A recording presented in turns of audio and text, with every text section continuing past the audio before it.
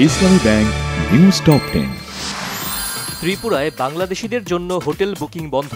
আগরতলায় বাংলাদেশের উপ হাইকমিশনে হামলার ঘটনায় 7 ভারতীয় নাগরিককে আটক করেছে দেশটির পুলিশ।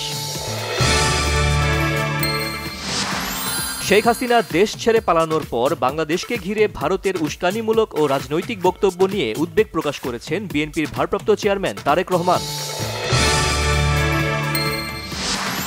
বিএনপির সিনিয়র যুগ্ম মহাসচিব রুহুল কবির রিজভী বলেছেন, শেখ হাসিনার পতনের বেদনা সইতে না পেরে বাংলাদেশের বিরুদ্ধে উঠে পড়ে লেগেছে ভারত।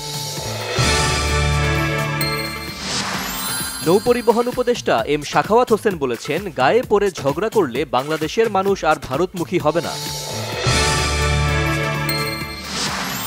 সামরিক চেতনাকে সমুন্নত রেখে যে কোনো চ্যালেঞ্জ গ্রহণে প্রস্তুত থাকতে নবীন সেনা কর্মকর্তাদের প্রতি আহ্বান জানিয়েছেন সেনাবাহিনী প্রধান জেনারেল ওয়াকারুজ্জামান। 2023 সালে ঘুষ দুর্নীতি সবচেয়ে বেশি পাসপোর্ট বিআরটিএ আইনশৃঙ্খলা বাহিনী ও বিচার বিভাগে টিআইবির খানা জরিপে তথ্য। তার পক্ষে কোনো আইনজীবী না থাকায় পিছিয়েছে ইসকনের বহিষ্কৃত নেতা চিন্ময় কৃষ্ণ দাসের জামিন শুনানি। পরবর্তী শুনানি 2রা জানুয়ারি।